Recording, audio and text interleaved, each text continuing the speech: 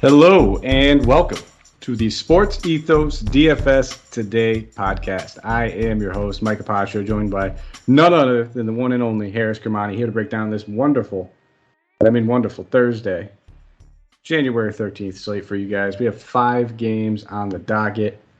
But Haaris, my good friend, we're getting closer on a trade. Update for everyone listening. We're getting closer. Still a little distance away, but by the time you guys next listen to the show, there might be something done in the works. But how are you, my friend? Yeah, it just seems to be that little bridge in between Mobley and Cole Anthony that we just need to figure the rest out. But I'm sure it'll come through by the time we get to our Sunday pod. Otherwise, doing pretty well. This week's been pretty hectic for me work-wise, but glad to get a little basketball to get the mind off of things. 5-game slate, can't complain about that, and they're all should be pretty competitive games, I'm thinking, by and large. I mean, we've got Golden State, Milwaukee headlining it, but a couple of other games I'd actually look forward to watch in general. Yeah, for sure. I think that game's definitely going to take the cake, and it's the first one of the night, so, it's going to be hard to act to follow, I think, with some of these other games, but they're all good, like, fantasy games, which is always fun for DFS. There's a bunch of, random teams on here, but we can always find some value on pretty much all these teams that are enticing, and matchups seem to be fine. But before we jump into anything, quick shout out to our presenting sponsor over at Thrive Fantasy, guys. Come prop up with us. What are you doing if you haven't? Thrive is a daily fantasy sports and esports app for player props. With Thrive, you eliminate countless hours of research and focus only on top-tier athletes that have the biggest impact on the game. Choose 10 of 20 available player prop bets to build your lineup. Each prop is assigned a fantasy value for both the over and under based on how likely it is to hit. So hit the most props, rack up the most points, and win a share of the prize pool. Thrive has over $50,000 in guaranteed prizes weekly for the NBA and has awarded over $6 million so far. So how do you sign up? You go to your app store, you go to your Play Store, you can visit their website at www.thrivefantasy.com. When you do sign up, enter the promo code ETHOS, ETHOS, and you will receive a 100% instant first deposit match on up to $100. That's promo code ETHOS, ETHOS. Sign up and come prop with us. All right, my friend. We have Golden State versus Milwaukee, the headliner of the night. This game's going to be in Milwaukee. For the Warriors, Draymond Green, Moses Moody, Quinndary Weatherspoon, and James Wiseman all ruled out. And then for the Bucks, George Hill, Luke Cornett, Brook Lopez are all ruled out. Drew Holiday is doubtful. So it doesn't look like we're going to see Drew returning just yet. This game has a 223 game total, highest of the games on the second highest. I apologize. Second highest of the games available tonight. Milwaukee's being favored by 2 points. I will pass it over to you.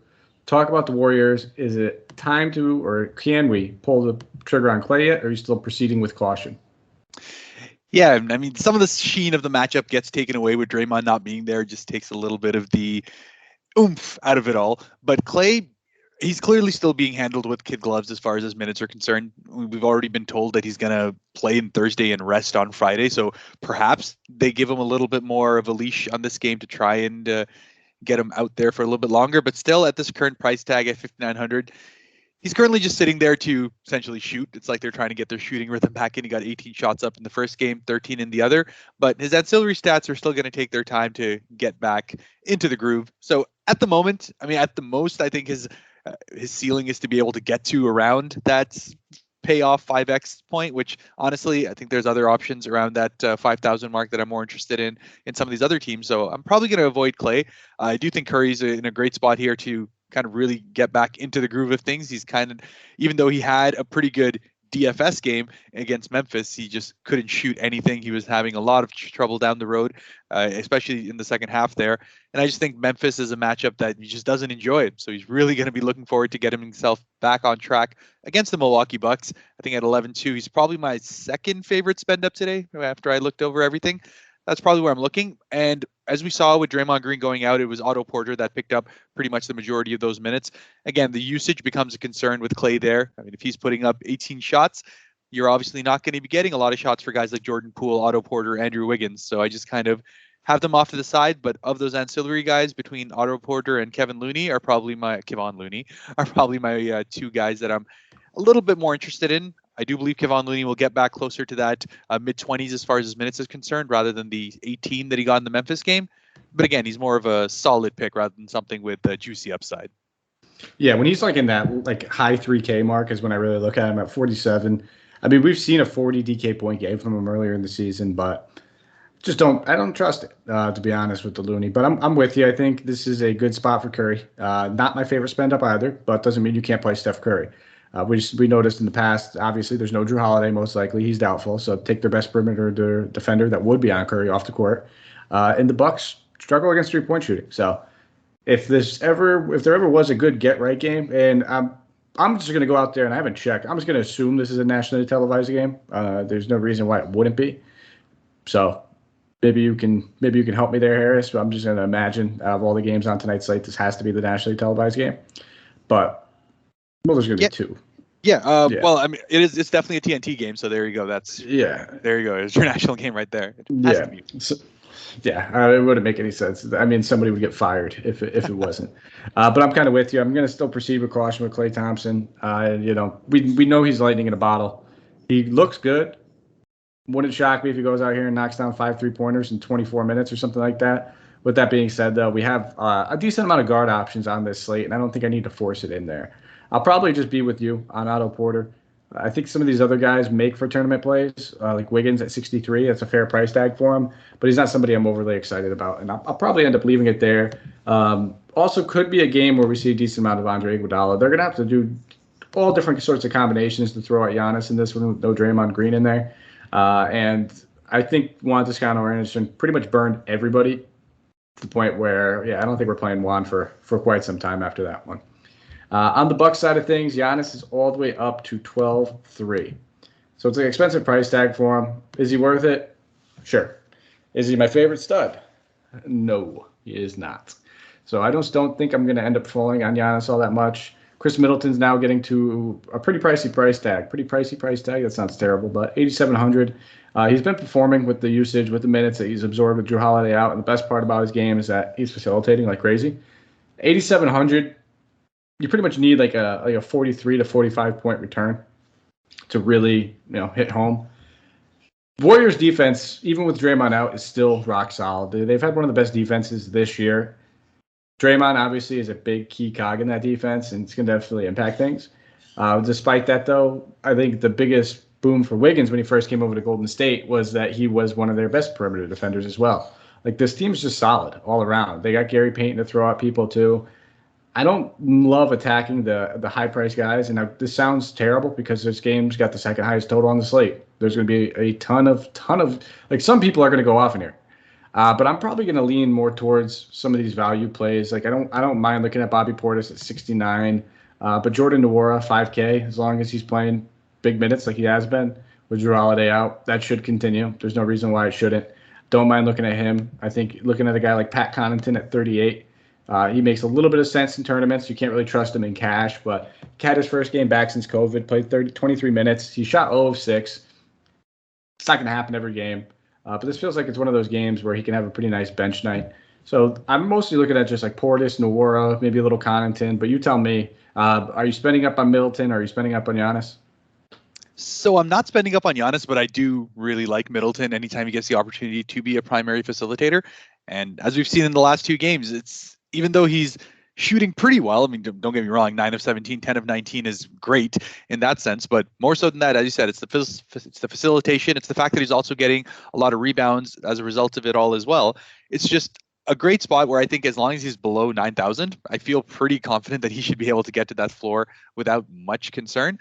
It's not necessarily the sweetest spot, but you do have to remember, against Golden State, Middleton's actually done quite well historically. I mean, last year his splits were 29.5, 3 and 6 against them, and that was with the team fully healthy as well. So he's consistently been a guy who has given them a lot of trouble just because of the fact that he has so much to his game. That mid-range has been really, really key for him against the Golden State Warriors in the previous matchups as well. It wasn't as much as 3-pointers. It was the fact that he was really efficient in that mid-range game that was killing him. So to me, I'm absolutely happy with going with Chris Middleton, given the fact that he's a small forward as well, who's going to be the point guard. And Jordan Nwora was my second guy as well. Bobby Portis, as you said, at 6,900. He burnt me a little bit in that Charlotte one. I had him pretty decent amounts there, and obviously I pumped him up quite a bit for that Monday game as well. So I was really hoping he would do a little bit more than he did offensively. But again, the 11 rebounds is there. He just needs a little bit more on the shooting side to be able to get his value as well. So I think he's a rock solid play.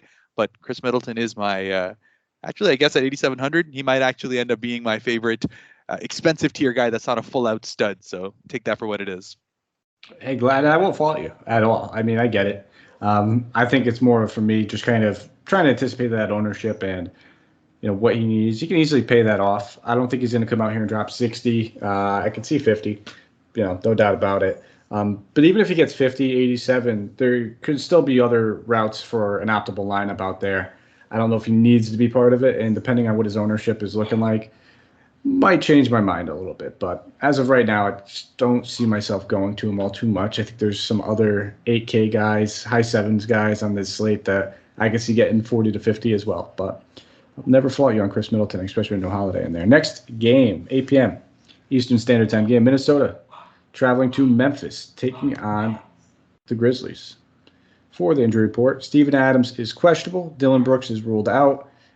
Everyone except for Jalen Noel and Leandro Bolmaro look like they're going to play. Jalen Noel is doubtful with that ankle sprain, so we'll have to keep an eye on that one.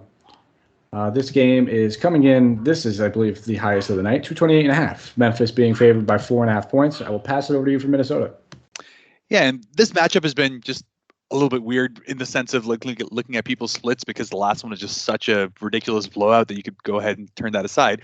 But a good game to be able to look back on is the one earlier in the season that they had that went to overtime, 125-118, and that's where you really got to see the opportunities to really get the upside with some of these guys. So Karl Anthony Towns at 10,000 is probably just at that mark where he's pretty fairly priced, but frankly, he had the one game against them where he did incredibly well, had a big double up against it, and his splits went down because the second game was such a blowout. He only played about 20 minutes there, so he's definitely got the upside to do quite well against a Memphis team. If especially they're missing out on Steven Adams, they're going to really have trouble with the size out there, and the fact of the matter that he can go ahead and stretch the floor out is really going to cause Jaren Jackson to keep coming out to him. And these are the kind of games where Jaren Jackson can get into foul trouble. So at 7,200, I'll probably end up avoiding him on the other side. But I really do like pretty much their trifecta over here, given the fact that this is going to be a high scoring game. As you said, the highest total game of the night. But in general, this Minnesota-Memphis matchup, especially Memphis at home, we've seen overtime earlier in this year, even going back to the year prior, it's always been a game that's gone really tight. So I expect the Stars to really have the opportunity to show up. D'Angelo Russell has been outsized as far as this matchup's concerned. Is in his 2 games, 47 DK points in both of those, and I think at 7,900, he's just always one of those guys that's great to throw in a tournament because he can go off. He just has that 7,000 price tag consistently, and in the last 3 games, 2 of them he's gone 52, 48, and even on the one against New Orleans, still had 38.7. So the floor is incredibly safe with him.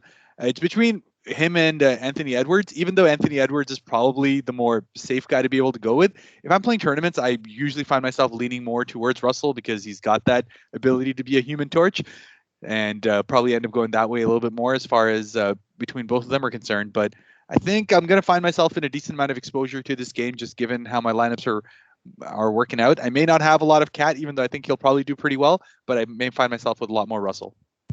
I'm kind of right there with you. I do prefer Russell over Edwards ever so slightly. Very close. I mean, I think there's 2 guards in that range that have really piqued my interest on this slate, and that's kind of where I just pivot off of each other and go with one in one lineup, go with one in another lineup sort of thing. We'll get to that guard in a little bit. The only other option I'm really looking at outside of Russell would be Patrick Beverley at 53. We should probably start to see those minutes creep up a little bit more now, especially with Jalen Noel being doubtful.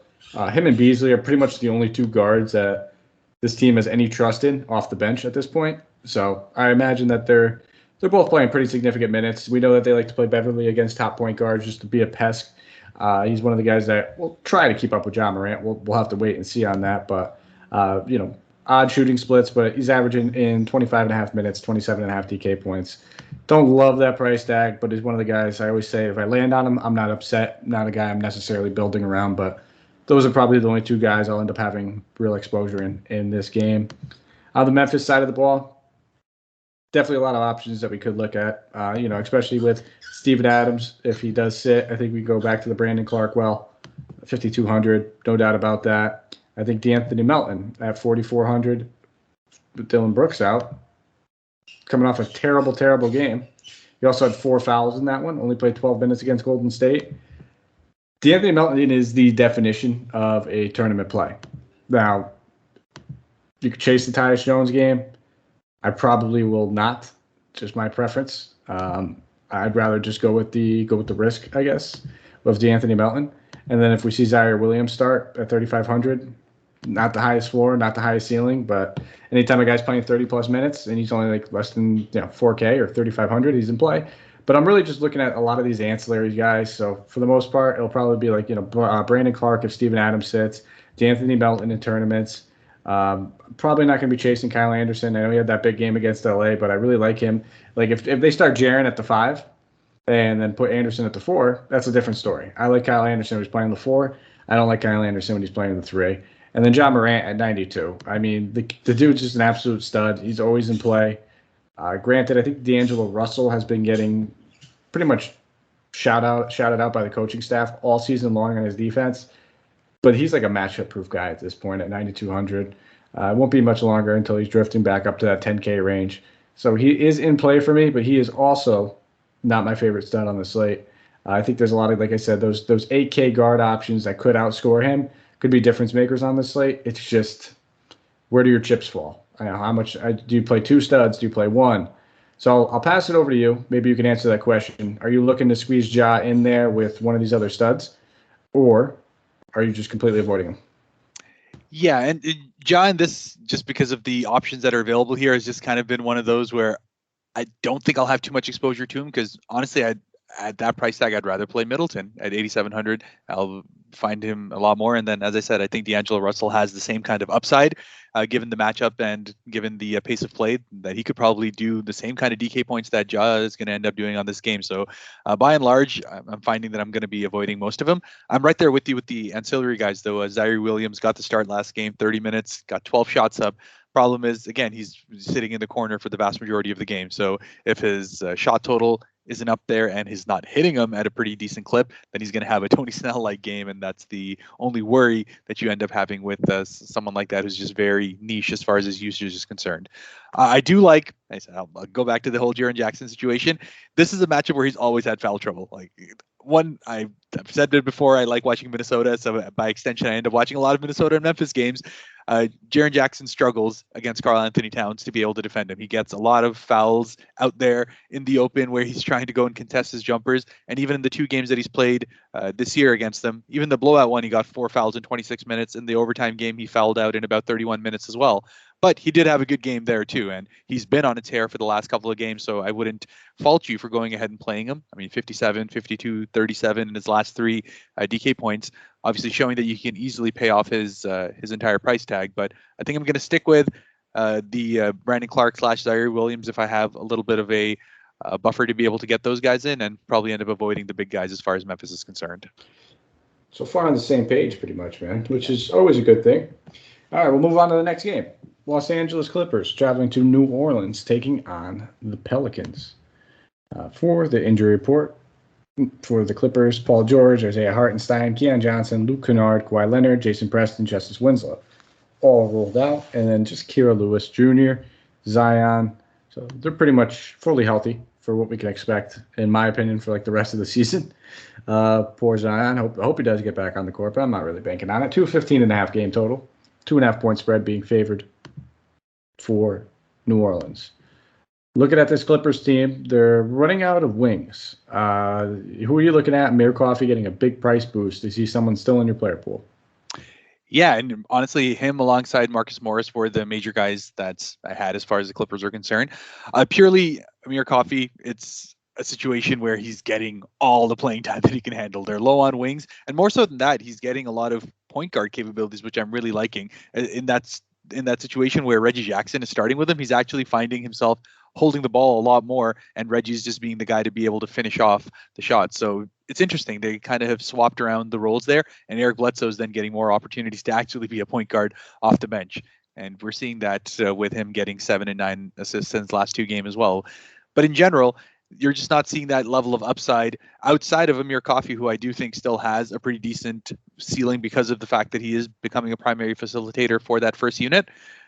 Obviously, his shot really, really well in the last 2 games. You don't necessarily expect him to keep that clip up, but the fact that he's getting 8 shots and 7 shots from downtown in each of those games keeps that ceiling pretty high. If he can get, even 30 to 35% of those ones to drop rather than the ridiculous 62 and 43 that he's hit in the last 2 games. So definitely in my player pool there.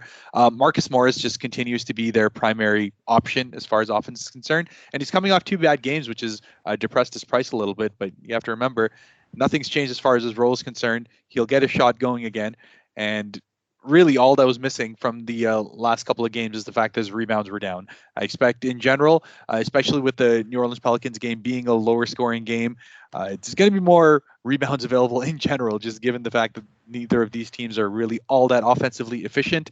The last Denver game was just an absolute bloodbath to be able to watch as far as offense is concerned. But I do think he's still got a lot of upside to his price tag at 6,500. He's got that 40 DK points ceiling where you can get really good value for him. And then beyond that, the ancillary guys can always do their stuff, but I just don't trust their minutes total. Like Batum, you never know. He'll get 30 minutes one game, drop you 29, and he's getting 26 with less usage on the next one. So even though at 4,100, you'd feel pretty good with him as a starter in most situations. Right now with the Clippers, I just think they're searching for things, and Amir Coffey is the only sure bet alongside Marcus Morris as far as I'm concerned. Yes, very, very well said. And I got burned by that game. I had Zubats. I had some shares of Jokic. It was just extremely underwhelming for my lineups. Outside of those 2 guys, it was pretty fairly well. But when you get a couple stinkers like that, it burns. But I'm with you. I think Coffey is still very much in play. He's going to be probably, and even when George and these other guys come back, he looks like he's going to be a firm part of this rotation for the rest of the season. I don't mind taking stabs at Batum at 4,100. He's one of those guys I land on with the dual eligibility all the time. He has the decent upside. He has a decent enough floor where I can see myself going there. I normally like to target point guards against Devontae Graham. I just don't trust Reggie Jackson or Eric Bledsoe that much at this point at that price tag. We'll have some better options to talk about. So I'm probably with the exact guys you said, including Morris, but I may end up having a little bit more Batum. It sounds like than you, and it's not like I feel great about it. It's just somebody I probably end up landing on here and there. On the Pelicans side, another guy that burned me on that slate, Jonas Valenciunis, 8,600. It's where he should be priced. I was expecting him to have a huge game against Karl Anthony Towns because he usually does. But he's had a few big ones going against his Clippers team. And at 8,600, it's tough. I know you're going to probably say that you're playing Middleton over him, and I won't fault you there. But, I mean, the truth of the matter is, on this slate, we don't have a ton of great center options to really choose from. So, I mean, I'm going to keep him in play on my player pool strictly because I just don't love a lot of the center options that are available at the moment. Do I see myself landing on him or being overweight on him? Probably not. I'll probably be right there even with the field. If I'm building 10 lineups, I'll probably have him in 2, maybe 3, probably 2 though, is what I imagine. But he's probably the main option I'm really looking at on this Pelican side of the ball. Brandon Ingram's now all the way up at 8,900. I'll take a pass there. He's coming off of a big game against Minnesota where he put up 33 actual points and he had 32 actual points against Golden State. I just don't want to pay 8,900 for him. I prefer Middleton over Brandon Ingram, for instance, and I wasn't all that keen to be on Middleton. Actually, now I'm looking at a lot of these slates. I may have to change my tune. If some of these other guys are going to draw ownership, it might actually, in that price range, it might actually pull some away from Middleton. But for the most part, it's probably going to be a little bit of Jonas. I don't mind looking at Herb Jones at 4,900. He's just been one of the most consistent rookies in the NBA this season. And then you can even take a stab at a guy like Josh Hart. He's always in play, but at 68, it feels like it's a little expensive. But for how well he's played over the past 5 games, where he's averaging, just under 35 DK points, he's in play for it. We'll take it, but a little bit of a risky game. I could see this one just kind of being lower scoring, another low scoring Clippers game in a row. Give me your take on the Pelicans. Yeah, well, first off, Josh Hart absolutely is just probably the most fairly priced guy in this entire slate. Just at 6,800, I feel like he's going to hit 34 every time he goes out, and that's pretty much what's happened over the last 10 games at this point. Yeah, he's got that ceiling to be able to have that low 40s. Obviously had that one crazy 57 game, but it's not really par for the course. His entire game is on being a Swiss Army knife with a little bit across the board, and that usually ends up in the mid 30s. So I think it's one of those where if everything else works out and you land on him, he's something you can just kind of pencil in and be like, all right, that's my that's my glue guy to be able to make the rest of his stuff fit. But yeah, I'm right there with you as far as Ingram's concerned. I think he's also very fairly priced. I'm probably not really all that much into Jonas Valenciunis just because, as you said, Middleton, and there's a couple of other guys that I'm finding myself as far as that kind of 8,000 mark being a little bit more exposed to, because I think as far as the centers are concerned, we're going to talk about one coming up on the Brooklyn side who I think is a great value play, especially given the fact that you're going to be likely seeing a couple of guys out. So it's just I'm finding myself just in my initial lineups that the center is the one position I'm probably cheaping out on as far as the slate is concerned, and getting a little bit more of the guard exposure there. But Valanciunas is absolutely in play at 8,600. He can have a huge game against the Clippers. The Clippers don't have the size really to be able to handle him, and Zubats is just really the only real body they can throw because they're still waiting on Hartenstein to come back as well. So don't fault you there. I was, as always, interested in Alexander Walker's minutes total. He got up to 27 minutes in the last game, and I was surprised that in 27 minutes he only shot 5 times. Of watching that game, it was like one of those where you could see he was trying to work on his shot selection and being more of a facilitator as that. But again, it's one of those where I think if everything else works out and that's that one cheap guy at the end, I may find myself playing a little bit more Alexander Walker just because I always believe he has the upside to be able to go off. It's just hasn't happened yet. Is the you talk about Melton being a tournament play. I think Nickeil Alexander-Walker is a tournament play as well. Just needs to have that one, and then everyone else will start working their way towards him as well. And yeah, you're absolutely is a great way to put it as a tournament play, just because he's priced next to one of the better values on the slate in general.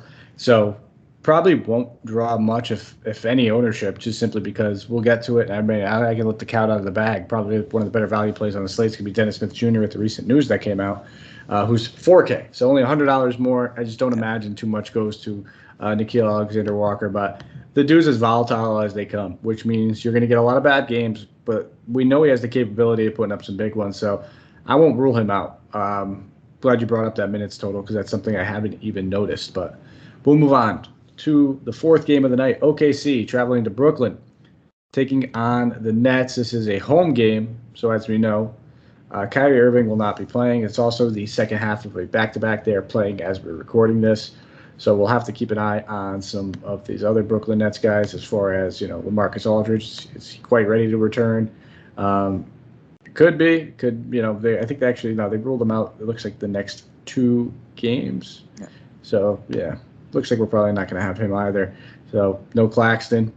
I think we know where you're going with some value on this one. But and then for the OKC side of the ball, it's Pokusevski, Isaiah Roby, Kenrich Williams, all rolled out. I will pass it over to you. OKC, Shai Gilgeous or D'Angelo Russell? Yeah, I think given that, definitely D'Angelo Russell is a more preferred pick for me. But just in general, Shai is who he is. And in an OKC Brooklyn matchup where you're probably expecting not a super amount of defense coming out. We don't actually know for sure if Kyrie's out, but I'm going to go ahead and say yes, it is. We had that news report that came out saying that, they may be able to pay a fine and be able to play him at home. Don't know about any of that, but at this moment, I'm assuming that he is not going to be there. But in general, I think Shai at 8,000 is just a great price tag. He's probably pretty fairly priced given some of his recent performances, but we've already seen the fact that he has that upside to be able to get you 50, 60, if not even closer to 70 at times. So again, at 8,000, as long as the matchup stays relatively close, as OKC has been doing for the last couple of games now outside of that Minnesota game, then you can expect him to get his minutes total up into the normal amounts, and that automatically unlocks his upside. Josh Giddy as well just remains to me a guy that I always like playing. He stays in my player pool. That small forward eligibility for a point guard who gets a ton of rebounds as well for everything else always gives him a pretty secure floor. We've seen his upside against Dallas, dropped 66 in that game. And just in general, he seems to be one of the more secure rookies as far as his role is concerned, and also his shot buffet in general. Just all these little things that he's able to do. He's just a very high level Swiss Army knife guy. And at 7,000, he's very much in the same kind of mold as Josh Hart, but I feel like he's more involved in the offense. So if you're not really looking into that, or you want a little bit more upside, you may be going ahead and avoiding him. But I feel like Giddy has the opportunity to be able to do that little bit more. The other last little part was Darius Baisley. Had a great game in the last one. His price tag has gone up a little bit as a result of it, but his minutes total is going up as well. And as you said, with Pokusevski out and the fact that You're getting Robinson Earl having kind of a volatile minutes total as well, either getting 25 to 28 minutes, but not really being all that involved. It's been Baisley that's taken a lot of that over. So it all comes down to whether he can get his shot going on any given night, because he's going to put up anywhere between 7 to 14 shots, depending on how things go. But if he's bricking them early, then he just stops shooting. But if he's hitting well, he's got the capability to get those rebounds as well. So again, a great guy to be able to throw into a tournament, because he has those games where he can go off, but he also has the floor that's a little bit more insecure compared to some of the other options there. Yeah, he's definitely a rock solid tournament play. I was trying not to include him in some of my initial builds, and I landed on him a few times based on price. The position eligibility as well. Obviously, it's not like we always love to just target people going against Kevin Durant, because it's tough to be consistent on offense when you're chasing around the best 7-footer in the game that can take jump shots from pretty much anywhere he wants on the court. But I think Shea, Giddy, I'm loving Shea, honestly. I just like that price tag at $8K. I'm struggling between him and Russell. If I think when it's all said and done, I'd probably lean more Shea, me personally. Don't know how it's going to turn out for me. We'll find out. But I'm going to have some decent exposure to this game in general. And I think, No, I didn't mention the game total. It's only a 213. Brooklyn's being favored by 10.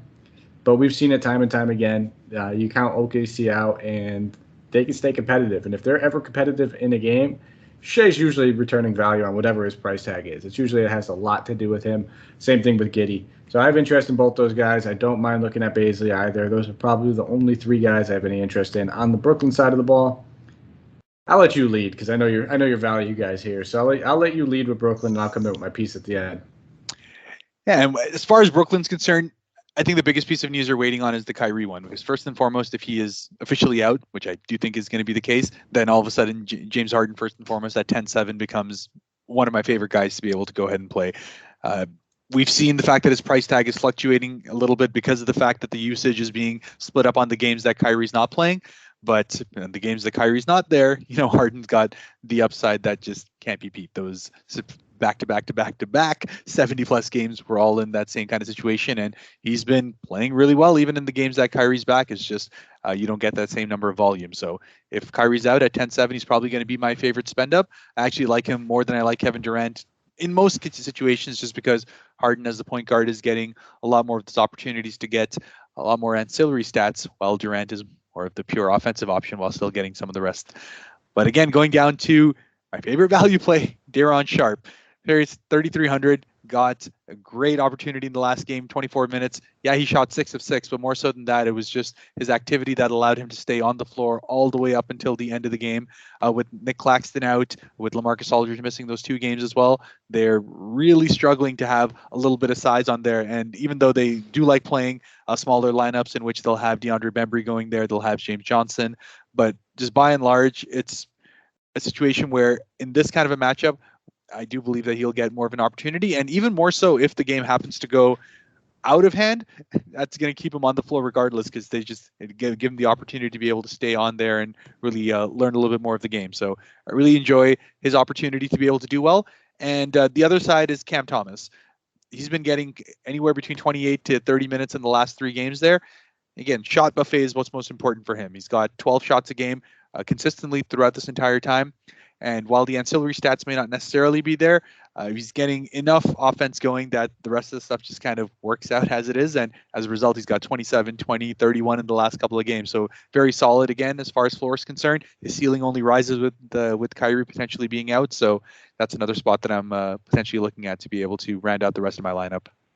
So I'm here to ask the tough questions. Would you rather play Cam Thomas or Baisley at the same exact price tag? Yeah. So I think it all comes down to what your risk appetite is, because I do believe Baisley has the higher upside, but Cam Thomas is the more secure guy while still being able to have the opportunity to pay off anywhere between 6 to 7x. So Baisley can go off and grab you 10x and win you an entire tournament, but then he could also be an absolute dud and really hurt you on that side. So it really comes down to your risk appetite. I probably will go Cam Thomas between the two, but I could easily be convinced on Baisley as well if I'm really feeling frisky with it. Yeah, well, I'm right there kind of with you. I think I like Durant in this one. I like Harden in this one. I wouldn't even be shocked if we see a little bit of Durant at center in this OKC matchup, knowing that we're not going to see 30 minutes out of Favors. He pretty much sizes up well with a lot of these other options that they do have. Probably won't happen because they do have those other options, like you said, James Johnson, Sharp. We'll probably even see a little bit of a Blake Griffin appearance in this one. So I'm probably with you, though. I think Sharp is probably the best option. He's the best point per minute producer out of those three. It just comes down to the minutes. If he plays anywhere over 20, even if he gets 20, I think he's got a pretty good shot at giving us about 20 DK points. I have him right around a point per minute, but it's going to be the two top dogs in Sharp for me, and everybody else is kind of just basically a dart throw. I'm not going to sit here and rule out like Patty Mills. We've seen so many lights out games from him. He's been struggling pretty mightily as of recent, but a guy that has the upside. It's a good matchup for him. Wouldn't fault you if you wanted to look that way, but it's really just going to be Harden and Durant. And those are both those guys. You can combine them, throw them into one. I think I'm with you. I do prefer Harden ever so slightly. I also want to see some news come out on the back-to-back, because they said he has been dealing with some pretty decent knee soreness, where maybe it's a second half of a back-to-back going against a bad team. Do they rest him? Do they play him? I'm going to assume he plays, especially if Kyrie sits. But just something to keep an eye on with it being a back-to-back. If that's the case, Durant would, no doubt about it, be the top play on the slate, in my opinion. As of right now, it's going to be Harden, assuming that he is good to go. Both fantastic options, though, in this matchup. Final game of the night, Portland traveling to Denver, taking on the Nuggets. For the Nuggets, Will Barton is probable. Marcus Howard's questionable. Michael Porter Jr., Jamal Murray, P.J. Dozier, and Vlatko Cankar all ruled out. And then for the Blazers, as we know, Damian Lillard underwent a procedure on his abdomen, so he could potentially miss the rest of the year. They said they're not going to rule him out just yet. They're going to wait and see. C.J. McCollum had the opposite report. He's still ruled out, but he's been playing or practicing. He looks good. He's fully healthy. Norman Powell is still in the health and safety protocols. Anthony Simons ruled out for personal reasons. Larry Nance Jr. out. Cody Zeller is doubtful. I will pass it over to you. Take these Blazers and let me know who you're playing. Yeah, and I think everyone and their mother is going to be playing Dennis Smith Jr. just given the entire dearth of everyone being there. So at 4,000, he's going to be absolute chalk. It's one of those where just go ahead and eat it. You don't even have to talk much about it. We've seen Dennis Smith Jr. get the opportunities to be a starter earlier on in the season and was just absolutely money. 41, 32, 31. Very consistent as far as his performances are concerned. And at 4,000, you can have a guy who can get you anywhere between 7 to 8x, if not more. Beyond that, the real interest is going to be in Nurkic for me. Just purely, there's always two things. One, Denver is a matchup where even though he hasn't done well this year, it's always been kind of one of those circled around. He didn't like the way Denver treated him back when he was with them. I didn't get the usage that he liked, and he's always just kind of looked to really go hard at Nikola Jokic and the rest of the Denver organization. I think at 7,600 in terms of my mid-tier center plays or those options there. If Daron Sharp is my cheap guy, I think Nurkic is just probably my favorite as far as mid-tier is concerned for centers. He's got all the opportunity to be able to produce a lot here. He's going to get the opportunity to handle the ball a lot more as well. They did that in the last game as well, where he was dealing a lot in the post and they were just not finishing. And that's what really ruined his assist total, because coming into that, he had a near triple double. The night before that also was doing quite well as far as his assists are concerned. So the upside is sky high. And then finally, Robert Covington coming off the best game of the season and finally getting back to normal to what he should be as far as the rest of his defensive stats are concerned.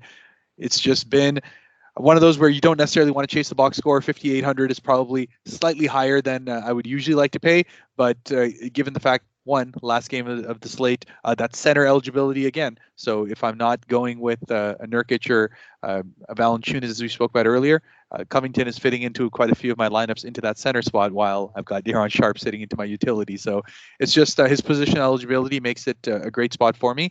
He's just getting more involved in the offense in general, and he's always got the upside to be able to do just so many things. So Lord Covington is making a comeback, and I'm excited to see what the Portland Trailblazers are going to do in this game. The defensive stats are always there for that man. I think you're right. I think this is a fair spot for Nurkic. On paper, it's not a good matchup against Jokic, because we know that Nurkic does not have the fastest feet, and Jokic is a point guard in a big man's body who likes to go out, step out to the three-point line, brings the ball up court, and will sit right up top, pulls Nurkic out with the paint right towards him, and he can pretty much have his way with him at that point. But at 7,600, knowing that Cody Zeller is doubtful, Larry Nance Jr. still rolled out, unless he gets into foul trouble, we should see significant minutes from him like we've been seeing. And that's really what it's always been about with Nurkic is the minutes. If he's playing 32 plus, he's got a good chance of getting you about 35 to 45 DK points, anywhere in that range. So I do think Nurkic's in play. Right there, Dennis Smith Jr., absolute chalk. You just eat it. And then there's one other guy that I don't think you mentioned, which is Ben Mclemore at 4,200. They are pretty much without all their wings at this point. He's going to have to play 30 minutes at 4,200. It doesn't feel great pairing him like with Dennis Smith Jr. You know what I mean? Like, it doesn't feel great having the Portland backup, backcourt. But both these guys are at rock solid value plays. He probably the pivot off of Dennis Smith Jr. if you're not playing him, and you do want some other exposure to this game. I don't mind looking at both those guys. I think they're both in great spots and should see significant minutes. Probably won't end up on too much Covington or Little. Mostly just going to be looking at that backcourt with a hair of Nurkic. That's probably it for me. On the Denver side of things, Jokic, most expensive player on the slate. You know what I'm going to say here. I'll never rule out Jokic. It's just that easy. At 12.5, he is crazy expensive. I still prefer those Brooklyn guys over him. I don't think I'll have enough to spend up. Like, if you're spending up on those two guys, you're going to have to hit the value tier extremely hard, and you're most likely not getting one of those 8K cards like a D'Angelo Russell or a Shai Gilgeous. So I think it makes more sense for me just to not spend up on Jokic, and if anything, maybe just play both Brooklyn guys or play one of those Brooklyn guys and a Jonas Valenciunis and still be able to get some of the exposure I want to the, that backcourt tandem I just mentioned. But I won't fault you if you ever want to go there. And to be honest, I really don't love a lot of these options in general. I probably won't be going too much over here in general on Denver. The one guy that kind of stands out to me, and he's been consistent all season long with just a decent floor, not the high ceiling, is Monte Morris, but the minutes seem to be back for him. He played 34 in that last one. He played 31 against Sacramento. So if he's back to playing roughly around 30 minutes per game, he's certainly in play. And you can guarantee that if you chase that Austin Rivers game, you kind of got what you deserve. He's still playing 30-plus minutes. He's got small forward eligibility, so there's worse you can do. But don't just bank on him shooting, 6 of 9 from deep every single game, because it's not going to happen. And for a guy that doesn't get steals pretty much at all, he's not going to have 3 steal games very often either. So that was clearly an outlier. But at that price tag, if he's playing 30-plus, sure, we could consider him, but not somebody I'm immediately gravitating towards. I think we mentioned plenty of good value plays in that upper 3, low 4K, where he just kind of gets put in there as a pivot. Yeah, exactly. And at that price tag, you're pretty much in that same region as we spoke about Zaire Williams earlier on, as far as Memphis is concerned, who's probably in a better spot to be able to produce more than Austin Rivers on a consistent basis. You got to remember Will Barton is back from COVID protocols as well. So that also just adds another wrench into the mix as far as offensive usage is concerned. So Aaron Gordon won't get the kind of usage that he got in the last game to be able to put up that 46.5. So wouldn't be chasing that too much either. So as you said, Jokic always is in play. I'm also not really playing him, just plain and simple, just given how the other options are there. As far as studs are concerned, honestly, if Kyrie is out, both Harden and Durant would be higher on the list in this state for me.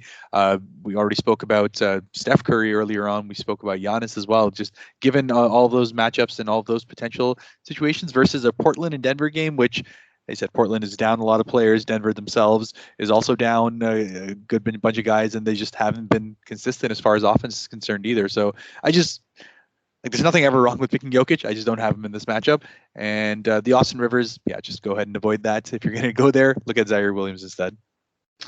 Brings us to our player tier segment, my friend. I think we both know we're going with the expensive tier, so we'll just knock it out of the way. You go first.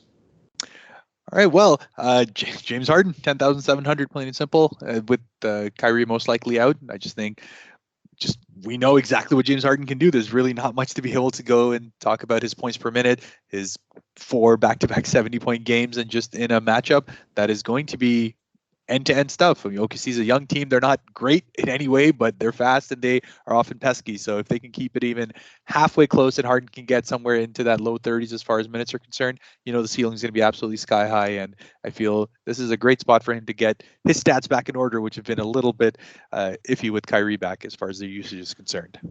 Yep, and I will follow you up with Kevin Durant. It was just that simple. We both like this Brooklyn team. It seems like a lot, and there's no doubt about it. I think both of them. They also have that rebounding upside now, too, with pretty much no front court members. It's just more stats to go around for pretty much everybody. They're going to run this offense through them a lot more. I just don't see them, necessarily trusting the pick and roll as much when you're looking at a guy like Sharp in there, young dude that hasn't really ran it with Harden. So I just mostly see the offense being purely like ran through these two guys on a consistent basis for the entire game, and it will end up equaling a W for you. But where are you going in your mid-tier range? Yeah, and the mid-tier, just given the fact that it's less than 8,000, just D'Angelo Russell happens to be the one that works out. To be honest, I'd probably say Chris Middleton, but he's a bit higher than that. D'Angelo Russell at 7,900 just happens to be the perfect tournament play while he's got that rock-solid floor, given everything else, the highest point total game of the night. I believe it's going to be a super tight game as well, all the way through. D'Angelo Russell loves his matchup in general, has had 2 great games against them. I wouldn't bet him against him having another one of those. Just has been on a tear last 3 games as well. Just, yeah, my favorite point guard as far as that mid-tier is concerned. And we're just staying on brand here. Then I'll go with Mr. Shai Gilgeous-Alexander. If I'm going to be playing, 1, if not 2 of these studs in that Brooklyn game, I'm going to want to run it back with a heavy hitter. And anytime, like I said, that a game can stay close and Shai can play significant minutes, he usually performs pretty well in that game. And this is just too cheap of a price tag for him. He's not a guy where, if you look at some of these game logs where he's playing okay, he's having decent games, but a lot of his down games are games where they're like trying to lose or he just shot an abysmal percentage. But we've seen almost a 70 DK point triple-double from him not too long ago against Denver. Plenty of 50-point games in there, high 40s, mid 40s. At 8K, he really only needs to give you like 35 to 40 to pay off and not burn you. But he has that upside where he can take down the tournament any given night and, outscore Steph Curry, outscore John Morant, outscore a lot of these guys. And I think all that can be said about D'Angelo Russell as well. There's no doubt about it. So that's why, I like I said before, I'm landing on these 8K guards pretty often right now with my basic builds I have going. And granted, it is the night before. Things change. But that's the way I'm going. And your value play, my friend. We'll take Dennis Smith Jr. off the table because that's just the chalk that we're probably both playing. Yeah, absolutely. And I'm just going to have to stick with on brand on what I said. Daron Sharp, 3,300 as the Brooklyn starting center. Got to start tonight as well. Has had a pretty decent start so far as the half's concerned, 6-4. I expect him to get pretty close to that 25 to 30 DK points, if not higher. I think the upside is absolutely there. They're just so battered as far as their front court's concerned that they're going to have to actually just play him as much as they can. OKC's got enough I would say hybrid size to allow a Daron Sharp to be able to play, who's not really, I would say, a traditional center as far as size is concerned. He's more of a Montrezl Harrell type of guy. So this is a good matchup for him to be able to continue to get into that high 20s, if not 30, as far as his minutes are concerned, which makes it absolutely rock solid for his price. Yep, and then I will go to Ben Mclemore at 4,200. I just think with the role, the minutes, and granted, he's very volatile. He just makes for a great pivot as well. When you're talking about Dennis Smith Jr., he'll probably have a quarter of the ownership compared to him. And all it takes is a good shooting night. And he's going to have the opportunity to shoot for sure with no Norman Powell. Wouldn't shock me if he ends up being, third on this team in shot attempt, possibly even second. The dude is not afraid to just let it fly. And that rounds out everything. But now it's also time for the Thrive Fantasy picks of the night. What are you looking at, my friend? I mean, there's some decent options on here. I think there's some that are pretty much surefires, but I'll let you start. Yeah, man, and I feel like Thrive Fantasy isn't completely sure on what's happening with Kyrie yet because I'm looking at these at the Brooklyn options. I'm going to say Harden over here again because at 9.5 assists over at 100 points, I feel like that's an absolute lock and it gives you a really rock solid base to be able to work on. But to give that second one to be a little bit more interesting on it, I think Josh Giddy is the other place that I'm looking at 14.5 rebounds and assists. I believe he has a great chance to be able to go over.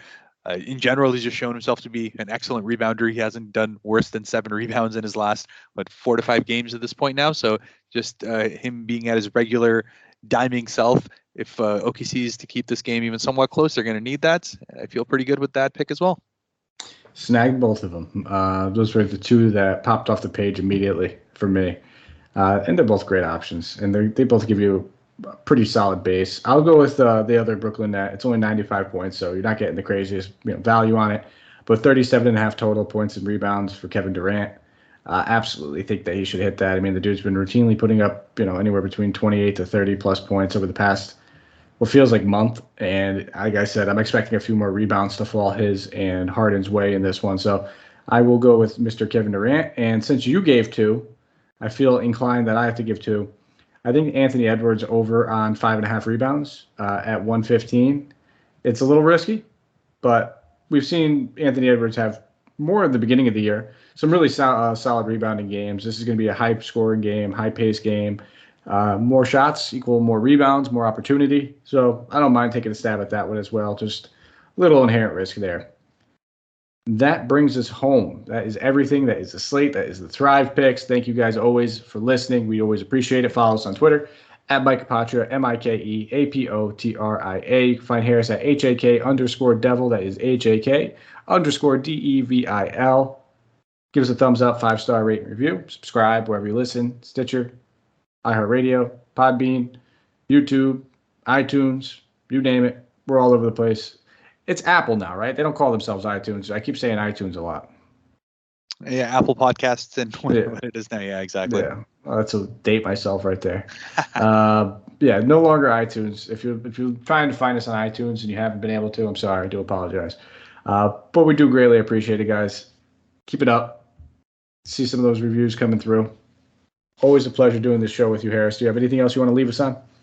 No, not at all. It's just been a fun week. I'm looking forward to the slate, and let's go ahead and take down some tournaments, as you say. Absolutely, and trade me Evan Mobley, and then we'll end it on that. And then maybe by the time you guys next listen, I'll have Evan Mobley on my fantasy team. Thank you guys. Talk to you later. Bye.